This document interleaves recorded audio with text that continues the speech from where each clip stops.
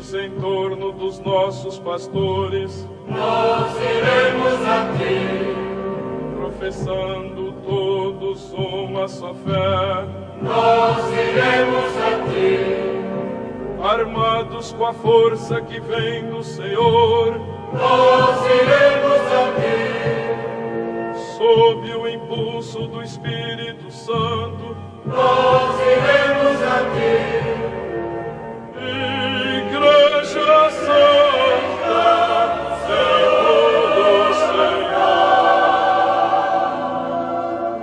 Glória a ti, Igreja Santa, mocidade dos cristãos, e meus filhos hoje e sempre, vivam todos como irmãos.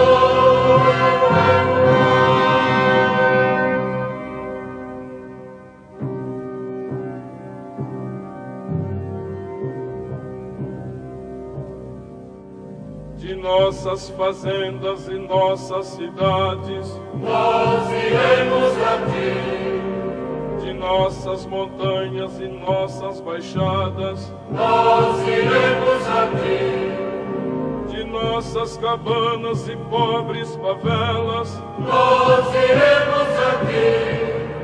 de nossas escolas e nosso trabalho, Nós iremos a ti. Igreja Santa, Senhor do Senhor. Glória a ti, Igreja Santa, mocidade dos cristãos, e meus filhos hoje e sempre, vivam todos como irmãos.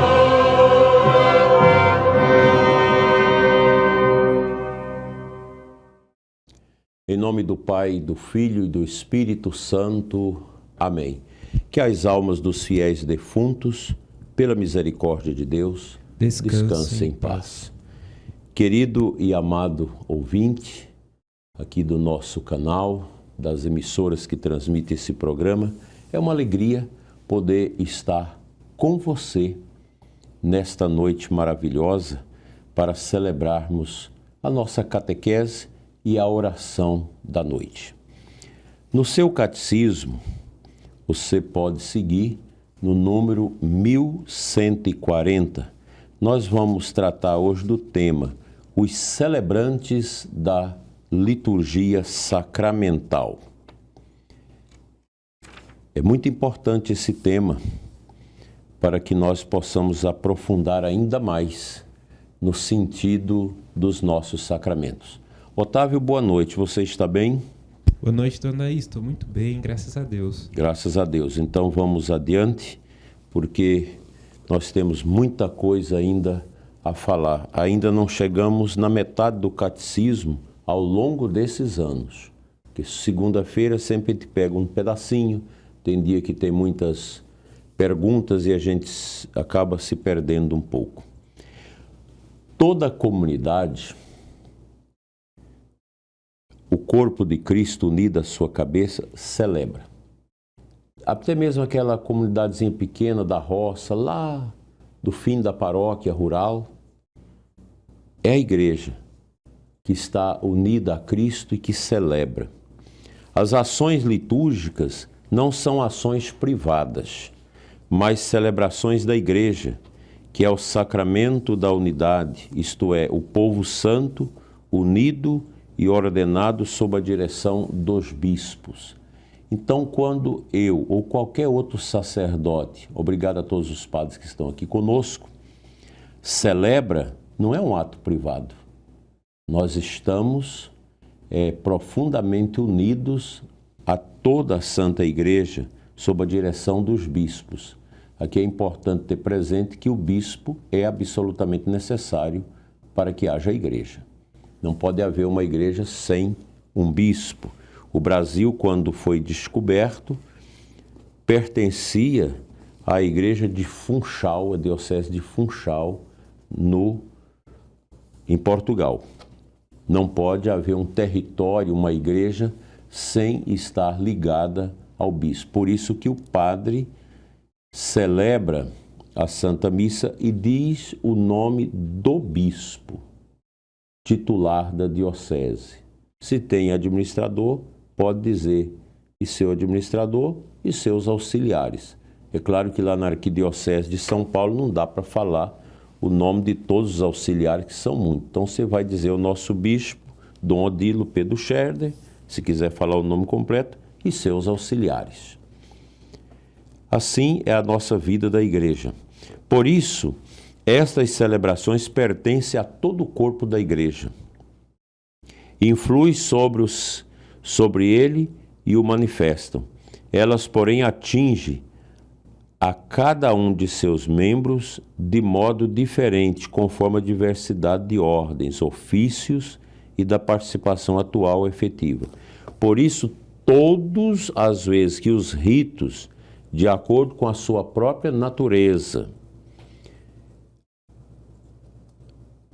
admite uma celebração comunitária, com assistência e participação ativa dos fiéis, seja indicado que, na medida do possível, ela deve ser preferida à celebração individual ou quase privada. Porque o sacerdote pode celebrar privadamente. É claro que mesmo ele só há uma presença da igreja, mas se recomenda sempre que haja alguém na celebração. A assembleia que celebra é a comunidade dos batizados. Se não são batizados, ainda não celebram, os quais, pela regeneração e unção do Espírito Santo, são consagrados para serem casa espiritual e sacerdócio santo e para poderem oferecer em um sacrifício espiritual toda a atividade humana do cristão. Este sacerdócio comum, entre aspas, com a participação de todos os seus membros, é o de Cristo, único sacerdote. Porque aqui o catecismo fala daquela comunidade dos batizados, dos que se consagraram a Deus pelo batismo e por isso são também inseridos no mistério do sacerdócio régio de Cristo. Assim nos ensina o apóstolo Pedro. A Mãe Igreja, ou melhor, é uma citação da Sacrosanto Concílio que cita no final a última frase do apóstolo Pedro. A Mãe Igreja deseja ardentemente que todos os fiéis sejam levados àquela plena, consciente e ativa participação nas celebrações litúrgicas, que a própria natureza da liturgia exige e a qual, por força do batismo, o povo cristão. E aí São Pedro completa: gente escolhida, o sacerdócio régio, a nação santa, o povo que ele adquiriu. Então a igreja é esta nação santa. E todos nós participamos deste sacerdócio régio de nosso Senhor ressuscitado. Por isso que o pai de família, a mãe de família tem essa graça de poder rezar com seus filhos, rezar sobre a sua casa e rezar no momento das refeições, porque batizados, eles possuem essa dimensão do sacerdócio régio de Cristo em suas vidas. No entanto, como num só corpo temos muitos membros, cada qual com uma função diferente. Romanos 12, 4. A comunidade ela é marcada por esta riqueza de carismas, de dons, que o Senhor dispensa pelo seu Espírito à vida de todos os membros da comunidade. Isso é bonito. Isso traz para nós essa beleza de um conforto, né? Que a nossa igreja ela é assistida pelo Espírito Santo e nunca vai faltar os carismas necessários para que a nossa comunidade possa crescer. Certos membros são chamados por Deus na igreja e pela igreja a um serviço especial da comunidade. Tais servidores são escolhidos e consagrados pelo sacramento da ordem, por meio do qual o Espírito Santo os torna aptos a agir na pessoa de Cristo cabeça, para o serviço de todos os membros da igreja. Aqui o catecismo, citando a Presbyterorum Ordinis do Concílio Vaticano II, nos recorda que no seio da comunidade Deus chama homens para assumir o sacramento da ordem, nos diversos graus, do diaconato, do presbiterato e também do episcopado. A nossa igreja, ela é hierárquica. É claro que o padre, o bispo, o diácono são escolhidos, mas ele não é mais importante do que os outros. Recebe um chamado para uma responsabilidade maior, profunda, de representar o Cristo na comunidade. Então, ao sacerdote é conferido a graça de poder celebrar. Os diáconos, eles podem assistirem os matrimônios, porque ninguém celebra o matrimônio a não ser o noivo e a noiva. E também são chamados a administrar o sacramento do batismo de crianças. Essas são as atribuições sacramentais do diácono. Assistir os matrimônios e celebrar o batismo das crianças.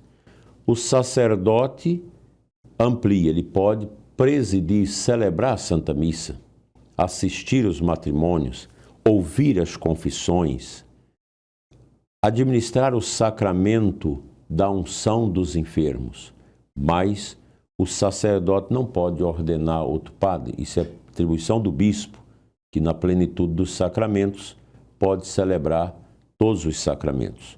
O sacerdote, para batizar um adulto, que já implica o IVC, a iniciação à vida cristã, com o sacramento também da crisma e da comunhão, precisa da autoridade do bispo, ou melhor, da autorização do bispo para fazê-lo. Então a gente tem muitas coisas esquisitas por esse mundo afora, onde até leigos que obtêm uma delegação especial a pedido do bispo, por causa das precariedades, para assistir aos matrimônios e batizar as crianças, eles acabam às vezes batizando também adultos. E só é possível em perigo de morte. Em perigo de morte qualquer pessoa pode batizar. Mas o sacerdote e o diácono, não. O diácono nunca pode batizar adultos, a não ser em perigo de morte. O sacerdote pode com autorização do bispo. Porque se você vai batizar um adulto, precisa da crisma. E a crisma é um sacramento reservado ao bispo, ao vigário geral ou aos vigários episcopais, onde as arquidioceses são muito grandes, que são nomeados, ou às vezes bispos, ou auxiliares, ou mesmo sacerdotes, com esta prerrogativa de também administrar a crisma e o sacramento de adultos. Espero que vocês tenham entendido isso. O ministro ordenado é como o ícone de Cristo sacerdote, visto que o sacramento da igreja manifesta-se plenamente na Eucaristia. É na presidência da Eucaristia que o ministério do bispo aparece primeiro, em comunhão com ele, o dos presbíteros e dos diáconos. O diácono, seja transitório ou permanente, ele é um servidor do bispo. O presbítero na paróquia, o padre, faz as vezes do bispo. E nesse caso, o diácono pode ser um colaborador do presbítero na liturgia, porque na verdade ele está servindo ao bispo.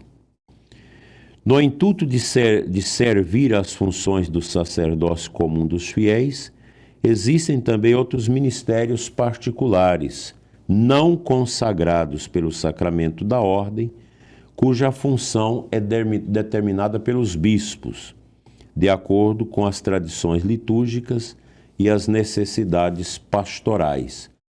Também os ajudantes, os leitores, os comentaristas e os membros do coral desempenham um verdadeiro ministério litúrgico. Mas o ministério da distribuição da comunhão eucarística é uma prerrogativa do bispo. O bispo que dá esse ministério, confere esse ministério, que não é ordenado, mas é um ministério extraordinário para os que vão distribuir a comunhão. Também se prevê a instituição dos acólitos, dos leitores, os acólitos, aqueles que ajudam no altar, os leitores, aqueles que leem, proclamam a palavra de Deus em nome da igreja na liturgia, e também catequistas. O bispo pode instituir ou delegar esses ministérios de forma oficial no coração da igreja. Isso faz parte desse dinamismo que a nossa igreja realiza no contexto da evangelização do mundo. Porque numa missa onde 500 pessoas vão receber a comunhão, se o padre é sozinho, é um pouco difícil. No rito antigo não há ministro extraordinário da comunhão. Só o padre ali, os diáconos que podem dar a comunhão. Mas no rito novo se permitiu por uma questão pastoral. E isso atende a essas necessidades robustas da evangelização nos nossos tempos. Se a gente pensa a igreja lá atrás, as comunidades eram pequenas. Mas hoje há um crescimento muito grande da igreja e às vezes o sacerdote sozinho demoraria muito tempo para distribuir o sagrado corpo de Cristo para o povo. Daí a igreja pode ligar e desligar, ela tem o poder das chaves de estabelecer também esses ofícios como ministro extraordinário da comunhão eucarística. Você que é do rito antigo, que participa do rito antigo, não pode ser contra o rito novo, porque você incorre numa desobediência à igreja. Portanto, o pessoal que sempre participa da missa antiga não tem nada que ficar contra a missa nova e também com essas modalidades como distribuição da comunhão por ministros leigos. Então a gente precisa ter paciência e compreensão na igreja. Eu não vejo nenhum problema a pessoa que participa da missa antiga participar também da missa nova. Quem está na missa nova às vezes participa da missa antiga. É a mesma liturgia, é a mesma missa, é o mesmo mistério. Então a gente precisa apaziguar no coração da igreja essas ventanias que levam ao orgulho, porque eu sou melhor porque estou participando da missa antiga ou da missa nova. Não, ninguém é melhor do que ninguém. Ninguém é melhor. Todos nós somos servos e todos nós devemos cultivar no coração o imperativo da humildade, porque o orgulho não conduz as almas à salvação divina. É bom saber disso. É a humildade que nos faz crescer. Tem problema na missa nova? Tem. Nós temos que corrigir muita coisa. Tem muita coisa errada. Má formação nos seminários, sacerdotes que querem fazer o que quer dentro da missa. A missa nova, ela não é para ser um espetáculo. Não é para ser um show de criatividade. A missa nova, ela deve obedecer os parâmetros que a igreja estabelece. Basta ler o Sacrosanto Concílio. Basta ler. Quem não lê fica falando, tudo é em nome do concílio, mas não lê o concílio, não conhece. Então a liturgia, ela precisa ter esse recato, essa grande responsabilidade, porque é o momento central, ápice da vida da igreja, a liturgia eucarística, onde Cristo se nos dá através do pão e do vinho consagrado, transubstanciado no seu corpo e no seu sangue, para alimentar a vida da igreja, a vitalidade do nosso batismo. Então é preciso, o sacerdote precisa ter consciência de celebrar conforme a igreja manda. E aí vai desde a questão das músicas na igreja, na missa, a maneira, certas criatividades que são ignóbeis, que não ajudam a rezar. Missa não é lugar de criatividade. Missa é lugar de você seguir o rito.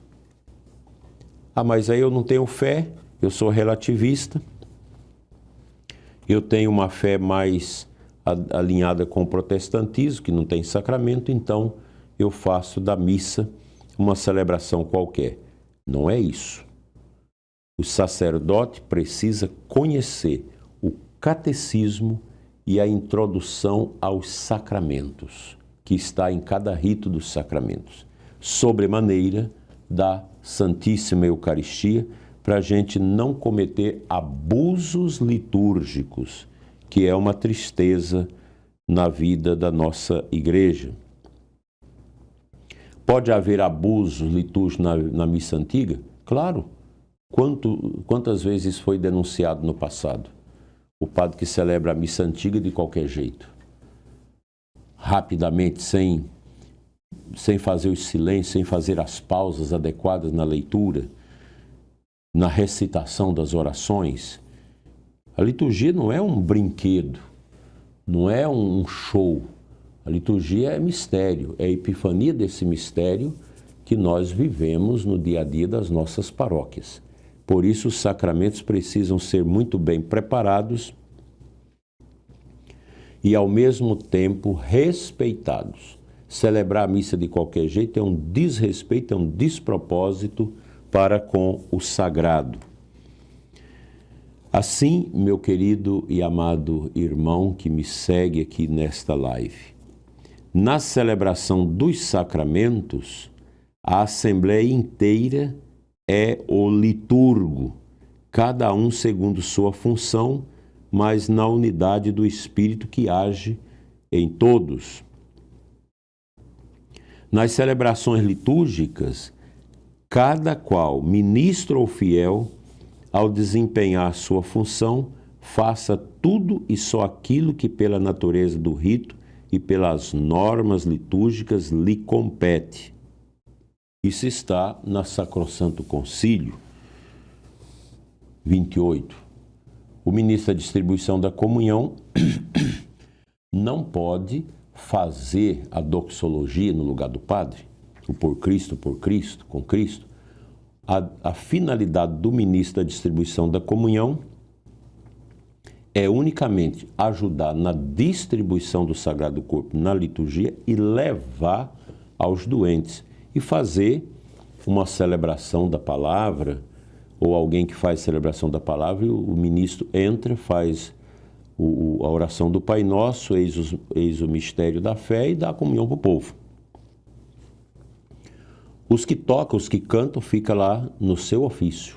Os que leem, os que proclamam, também. Os coroinhas, os acólitos, também no seu ofício. E o padre no seu ofício. O padre não pode delegar o seu ofício, partes do seu ofício na liturgia, para os leigos, ou pedir o diácono para rezar a oração da consagração, da anáfora. Não pode. Isso é do padre. Cada um no seu ofício. Isso é bom, isso é a disciplina da igreja, isso nos faz realmente muito abençoados na nossa vida sacramental de igreja. Eu espero, prezado ouvinte, que esta meditação desses números do catecismo, do número 1140 a 1144, nos ajude a posicionar a nossa vida dentro da normatividade litúrgica da igreja. Vamos aprender uma coisa: a liturgia não é propriedade do padre, nem do bispo, ela é propriedade de Cristo. Na liturgia, nós formamos esse corpo místico de Cristo dentro de uma hierarquia organizada, e na liturgia dos sacramentos, todos nós temos nossas funções, mas aquilo que é próprio você não pode extrapolar. Isso tanto no rito novo quanto no rito antigo. Se você assiste à missa no rito antigo, você vai ver que tem muita gente ali ajudando, os acólitos, os cerimoniários, coroinhas. A missa é assim. Você tem muita gente que colabora para que uma celebração da Santa Missa seja o mais possível eficaz e carregado de sentido. Bem, nós agora vamos para as completas, encerrar a nossa meditação desta noite com a oração das completas, que ajuda enormemente a preparar o nosso repouso. Vinde, ó Deus, em meu auxílio. Socorrei-me sem demora. Glória ao Pai, ao Filho e ao Espírito Santo. Como era no princípio, agora e sempre. Amém. Aleluia. Façamos, queridos e amados irmãos, o nosso ato penitencial, o exame de consciência, pedindo a Deus perdão dos pecados cometidos em pensamentos, palavras e obras. Senhor, tende piedade de nós. Senhor, tende piedade de nós. Cristo, tende piedade de nós. Cristo, tende piedade de nós. Senhor, tende piedade de nós. Senhor, tende piedade de nós. Deus Todo-Poderoso, tenha compaixão de nós, perdoe nossos pecados e nos conduz à vida eterna. Amém. Agora que o clarão da luz se apaga, a vós nós imploramos, Criador, com vossa paternal misericórdia, guardai-nos sob a luz do vosso amor. Os nossos corações sonhem convosco, no sono possam eles vos sentir. Cantemos novamente a vossa glória ao brilho da manhã que vai surgir. Saúde concedei-nos nesta vida, as nossas energias renovai. Da noite a pavorosa escuridão, com vossa claridade iluminai. Ó Pai, prestai ouvido às nossas preces, ouvi-nos por Jesus nosso Senhor, que reina para sempre em vossa glória, convosco e o Espírito de amor. O Salmo 85, faremos juntos a antífona. Eu intercalo com Otávio e vocês. Todos. Ó Senhor, sois clemente e fiel, sois amor, paciência e perdão. Inclinai, ó Senhor, o vosso ouvido, escutai, pois sou pobre e infeliz, protegei-me que sou vosso amigo e salvai vosso servo, meu Deus, que espera e confia em vós. Piedade de mim, ó Senhor, porque clamo por vós todo dia. Animai e alegrai vosso servo, pois a vós eu elevo a minha alma. Ó Senhor, vós sois bom e clemente, sois perdão para quem vos invoca. Escutai, ó Senhor, minha prece, o lamento da minha oração. No meu dia de angústia eu vos chamo, porque sei que me haveis de escutar. Não existe entre os deuses nenhum que convosco se possa igualar. Não existe outra obra no mundo comparável às vossas, Senhor. As nações que criastes virão adorar e louvar vosso nome. Sois tão grande e fazeis maravilhas. Vós somente sois Deus e Senhor. Ensinai-me os vossos caminhos e na vossa verdade andarei. Meu coração orientai para vós, que respeite, Senhor, vosso nome. Dou-vos graças com toda a minha alma, sem cessar louvarei o vosso nome. Vosso amor para mim foi imenso. Retirai-me do abismo da morte. Contra mim se levantam soberbos e malvados me querem matar. Não vos levem em conta, Senhor. Vós, porém, sois clemente e fiel, sois amor, paciência e perdão. Tende pena e olhai para mim, confirmai com vigor vosso servo, de vossa serva o filho salvai. Concedei-me um sinal que me prove a verdade do vosso amor. O inimigo humilhado verá que me deste ajuda e consolo. Glória ao Pai, ao Filho e ao Espírito Santo, como era no princípio, agora e sempre. Amém. Ó Senhor, sois clemente e fiel, sois amor, paciência e perdão. Leitura breve, 1 Tessalonicenses. Deus não nos destinou para a ira, mas para alcançarmos a salvação por meio do nosso Senhor Jesus Cristo. Ele morreu por nós, para que, quer vigiando nesta vida, quer adormecidos na morte, alcancemos a vida junto dele. Senhor, em vossas mãos eu entrego o meu espírito. Senhor, em vossas mãos eu entrego o meu espírito. Vós sois o Deus fiel que salvastes vosso povo. Eu entrego o meu espírito. Glória ao Pai, ao Filho e ao Espírito Santo. Senhor, em vossas mãos eu entrego o meu espírito. Nós vamos fazer todos juntos a antífona do cântico evangélico de Simeão e todo o texto. Juntos. Salvai-nos, Senhor, quando velamos, guardai-nos também quando dormimos. Nossa mente vigie com o Cristo, nosso corpo repousa em sua paz. Fazendo o sinal da cruz, deixai agora o vosso servo ir em paz, conforme prometestes, ó Senhor.